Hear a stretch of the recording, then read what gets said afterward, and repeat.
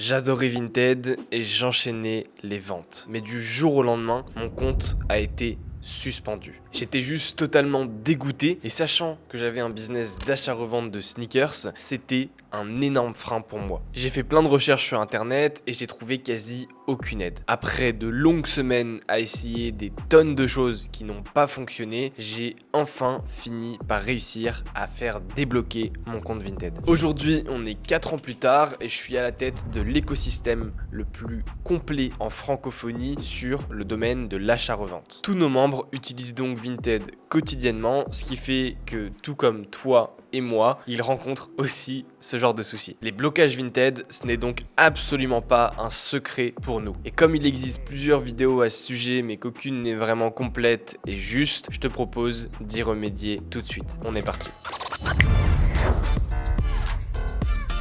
Avant de commencer, n'oublie pas de lâcher un petit like sur cette vidéo et t'abonner à la chaîne, ça nous aidera vraiment à t'apporter encore plus d'aide. Alors la première étape qui est super importante, c'est de comprendre pourquoi tu as été banni. Généralement, il y a deux raisons, soit pour vente de contrefaçon, soit pour vente commerciale. Vente commerciale, ça veut dire vente dans un objectif de dégager vraiment du profit et donc dans un objectif un peu de développer un business, ce qui s'opposerait par exemple à la vente comme ça de seconde main de vêtements d'occasion. Et à savoir que la vente commerciale, c'est la raison de bannissement la plus fréquente. Si tu as actuellement un compte banni, je vais t'expliquer comment le déban dans quelques instants. Mais avant ça, je te propose simplement de te montrer comment te prémunir d'un bannissement. Si jamais ton compte n'était pas encore banni, ça te servira à essayer d'éviter un maximum de te faire bannir. Et quand ton compte sera déban, ça te permettra également d'éviter de retomber. Commençons par le motif de vente pour contrefaçon. Alors le premier truc assez évident, c'est ne vends pas de fake, évidemment. Mais il faut savoir que tu peux te faire bannir pour contrefaçon sans vendre de la contrefaçon, juste parce que Vinted se trompe par exemple. Donc pour éviter un maximum ça, ce que je te recommande, c'est de mettre un maximum de photos sur tes annonces. N'hésite pas à mettre des photos des coutures, des photos des étiquettes, etc. etc. C'est super utile et ne te limite pas aussi simplement à 3 ou 4 photos. N'hésite pas à pousser jusqu'à 7, voire par exemple 10 photos sur tes annonces. Ensuite, pour ce qui est de la vente commerciale, il faut savoir que Vinted, et notamment par une espèce de pression un peu gouvernementale en France, restreignent les vendeurs qui souhaitent réellement monter un business sur la plateforme et du coup faire beaucoup de chiffres et en faire vraiment une activité lucrative. Alors il va falloir faire extrêmement attention. Premièrement, ne poste jamais trop d'annonces d'un coup. Si tu postes par exemple 3 ou 4 annonces en 5 minutes seulement, ça va fortement augmenter tes chances d'être banni pour activité commerciale. Veille à bien espacer les moments où tu postes tes annonces et à ne pas en mettre du coup trop d'un coup. Deuxièmement, ne mets pas trop d'annonces avec le statut neuf avec étiquette. Si tu as trop d'annonces qui comportent ce statut, en fait, ça va clairement te montrer, te mettre en avant comme un vendeur purement commercial parce que tu vendras que des produits neufs. Si possible, je te conseille vraiment de respecter le ratio au moins de 1/4 ou 1/3 minimum, c'est-à-dire que tu vas avoir un article neuf avec étiquette pour, par exemple, 3 articles vraiment d'occasion. Si jamais tu as un business d'achat-revente, par exemple de sneakers, d'autres objets, vêtements, etc., et que du coup tu vends quasi que du neuf, ce que je te conseille de faire, c'est de mettre quand même soit par exemple certains de tes articles neufs comme articles d'occasion et de le préciser dans la description tout en faisant bien attention. Ou tu peux également venir mettre des vrais articles d'occasion en l'occurrence sur ton compte, par exemple des vêtements que tu aurais chez toi ou même des vêtements que tu pourrais acheter vite fait comme ça en brocante pour vraiment pas cher et les mettre sur ton compte Vinted pour équilibrer un peu tout ça. Ce que je peux te recommander aussi en plus, c'est de venir essayer vraiment de vendre ces articles d'occasion, en tout cas d'en vendre certains, parce que ça permettra encore une fois de renforcer la stabilité de ton compte. Si jamais tu connais d'autres conseils, n'hésite pas à les partager en commentaire. On est aussi tous là pour s'entraider. Passons à la partie qui t'intéresse, le sujet principal de cette vidéo, comment se faire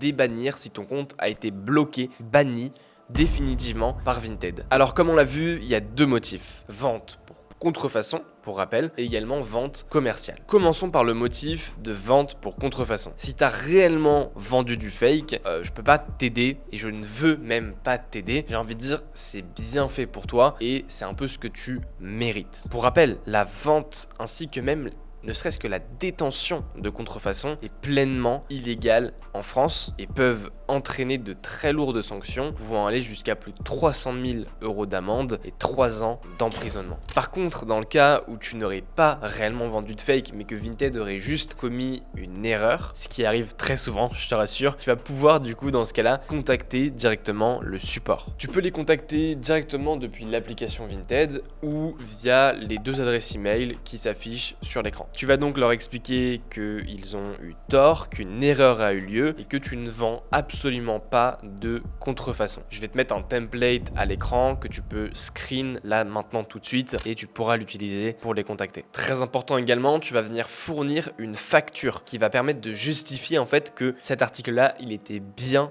authentique et c'était absolument pas de la contrefaçon. Donc tu retrouves la facture d'achat, tu te débrouilles pour ça et tu leur montres, tu leur prouves par A plus B qu'ils ont tort. Et dans ce cas-là, tu vas voir, tu vas ensuite être débanni. Ça peut être un peu long, alors arme-toi quand même de patience et n'hésite pas à forcer. En répétant un petit peu, ça va finir par passer dans tous les cas si tu ne vendais pas de contrefaçon. Passons désormais à la partie vente commerciale, ce qui va concerner la majorité des bannissements. Donc dans ce cas-là précisément, tu vas devoir contacter également le support Vinted et forcer. Mais vraiment forcer parce que ça va être plus long et plus compliqué pour obtenir le débannissement. Mais t'inquiète pas, ça risque normalement de le faire dans la majorité des cas. Donc pareil, tu peux utiliser ces 2 adresses mail là pour les contacter et écris bien aux 2 adresses mail, pas besoin d'en choisir une parmi les 2, ça démultipliera entre guillemets tes chances d'être débanni rapidement. Oublie pas aussi d'envoyer l'email directement avec l'adresse mail du compte avec lequel tu as été banni, c'est important pour qu'il puisse t'authentifier comme étant le vrai propriétaire du compte. Et tu peux également envoyer une demande de support via l'onglet directement intégré dans l'application Vinted. Pour ça, tu vas te rendre dans profil, puis centre d'aide, puis mon compte et paramètres, puis pourquoi mon compte a-t-il été bloqué, et enfin tu descendras en bas de cette page pour trouver le bouton de contact. Donc envoie sur les 2 adresses mail et également au support via l'application. Encore une fois, plus tu démultiplies tes requêtes, plus ça va pouvoir être fait rapidement. Ce qu'il va falloir faire dans cette demande de débannissement, c'est d'expliquer un maximum, le plus précisément possible, la situation, de décrire réellement et d'insister sur l'injustice que tu subis. C'est vraiment super important d'être très précis, d'ajouter du détail, par exemple d'ajouter des preuves de ce que tu avances, c'est ultra important. Ça va vraiment contribuer à montrer en fait ta bonne foi, ta bonne volonté. Tu peux aussi t'appuyer et insister sur la notoriété que ton compte avait, par exemple en mettant en avant le fait que tu avais par exemple des très bonnes évaluations, que tes clients étaient satisfaits, etc. C'est des éléments qui vont aussi jouer dans l'équation. L'idée en fait c'est vraiment de leur montrer qu'ils ont fait une erreur et donc tu peux insister et jouer sur plein d'aspects différents, mais par exemple pour la vente commerciale, ce qui va beaucoup jouer, c'est de leur montrer que tu ne faisais pas réellement de vente commerciale, mais qu'ils ont fait une erreur. Et ce qui est encore plus important, je dirais même que c'est le plus important, c'est que tu vas devoir vraiment pour le coup t'armer de patience et de persévérance. Vinted c'est très cool, il y a plein d'aspects positifs, mais en tant que vendeur c'est un enfer. Personnellement c'est une plateforme que j'aimais bien à la base et qui a des aspects positifs quand on achète, etc. Mais en réalité, quand on veut vraiment essayer de faire du volume, c'est un enfer, il n'y a que des bots qui te répondent, c'est dur d'avoir du vrai personnel. Enfin bref, il y a tellement de défauts que c'est usant comme plateforme, mais ce qui est vrai aussi, c'est une plateforme sur laquelle il y a beaucoup de clients et qui est super intéressante en achat-revente, donc on peut pas réellement s'en passer. D'ailleurs, si jamais tu souhaites avoir des techniques pour bien vendre sur Vinted, je t'affiche dans un coin de l'écran une vidéo que j'ai faite récemment. Bref, revenons-en où on en était. Ce que je te disais, c'est qu'il va réellement falloir être super patient. Si tu n'obtiens pas de réponse ou une réponse négative, ce qu'il va falloir faire, c'est répéter le processus. Donc tu vas tout simplement renvoyer de nouvelles demandes de déblocage. Si possible, essaye évidemment d'ajouter de nouvelles preuves, de nouveaux arguments, en bref, d'améliorer ta demande de débannissement. Mais du coup, le plus important, c'est vraiment que tu le répètes encore et encore. Je vois personnellement plein de cas au sein de la communauté de personnes qui sont débloquées au bout de 5, 6, parfois 8 emails par exemple. Si ton compte est banni pour activité commerciale, une des solutions qui existent également, c'est de passer à Vinted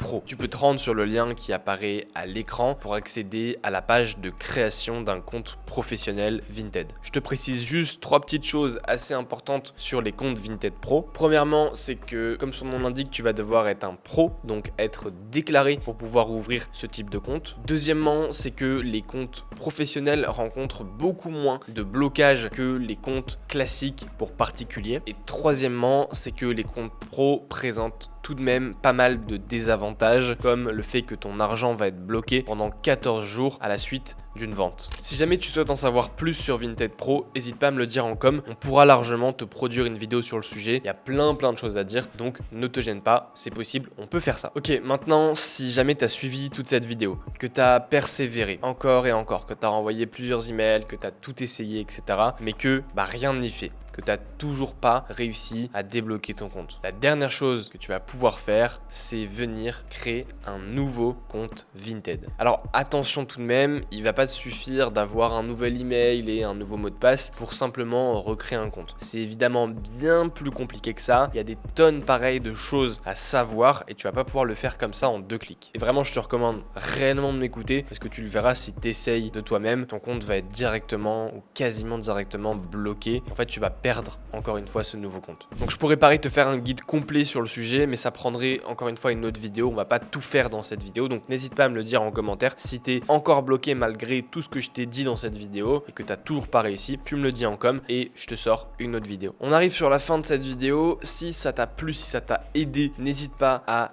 t'abonner, à laisser également un like. Je fais un peu le truc de youtubeur classique, mais c'est obligatoire. Ça nous aide réellement pour développer la chaîne et surtout pour derrière te fournir plus d'aide. Donc c'est gagnant-gagnant. Donc laisse un petit like et abonne-toi. Tu peux également t'abonner sur le compte Instagram pour avoir de l'info quotidienne et également cliquer sur le lien dans la description de cette vidéo pour aller plus loin. C'était Enzo pour Sneakers Media et je te dis à très vite dans une prochaine vidéo.